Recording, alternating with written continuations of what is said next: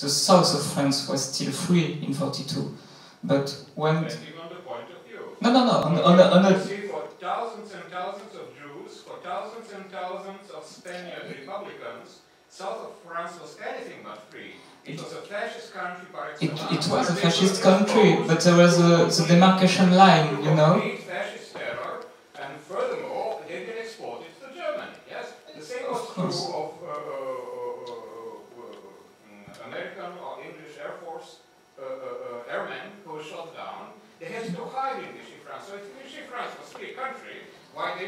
I don't say that France was a free country, but there was the demarcation line. No, not the whole France. Not the whole France. Remember that France was set in two parts, the north and the south, till 42. And there are two different statues. I don't think, I'm for sure, the south was not completely protected from German and Vichy influence, but it was two separated, how to say it, yeah, so that's a time where everyone tried to flee through Spain. Everyone who was in the south, who could still live a little in South France, they all decided to go to Spain. 20,000 French people tried to escape to Spain in between November and December 42, in 2 months. What about many more Jews that were at the same time exported back to Germany? Because this free France, of course, but this, of course, exported every Jew who was not born and bred in south of France to the German occupied France. Okay? For sure. Which meant Auschwitz, yes? Of course. Let some other people ask another question. Because you cannot pretend indefensible. Well, I don't think so. That is the fascist state of Vichy France. After all, General Pétain was executed because of that. I completely agree. so what you are saying can be... And just to answer for the quotation of de Gaulle at the beginning, the quotation is not talking about soldiers, but about resistance, which is a little bit different. It's people who decided to join the resistance in France. He's talking about those men, not about soldiers, because you're completely right. No man in France, nearly no one wanted to fight, and there were poor soldiers, and they really were bad at that time, and I completely agree with that. But the quotation of de Gaulle is not about soldiers, it's about resistance. The quotation speaks exactly of many people wanting to fight, and notoriously almost many people from the resistance.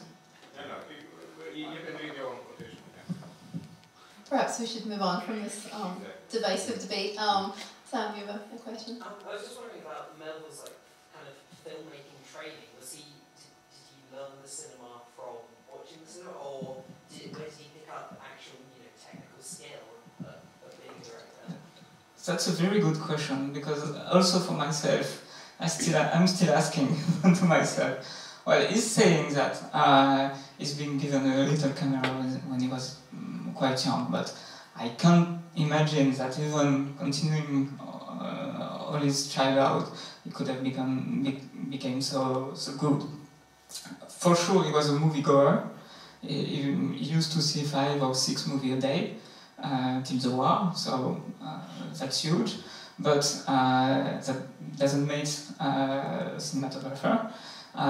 He found a brilliant man when he became working on Silence of the Sea with Henri Degas, who is a famous photographer. He was not famous at the time, but he was just brilliant. He has been working, making advertising, I think, for cinema a lot at the time.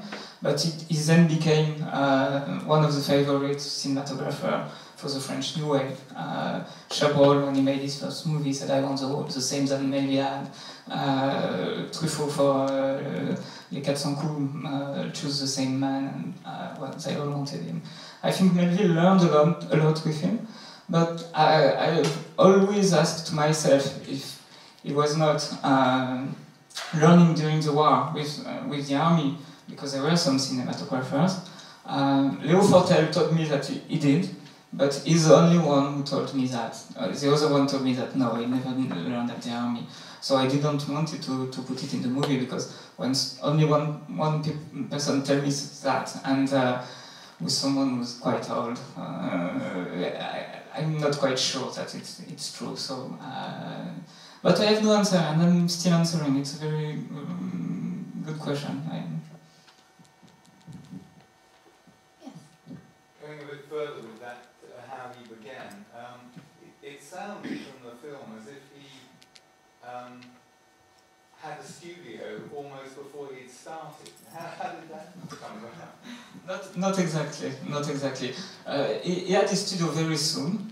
He wanted to get it very soon. He first shot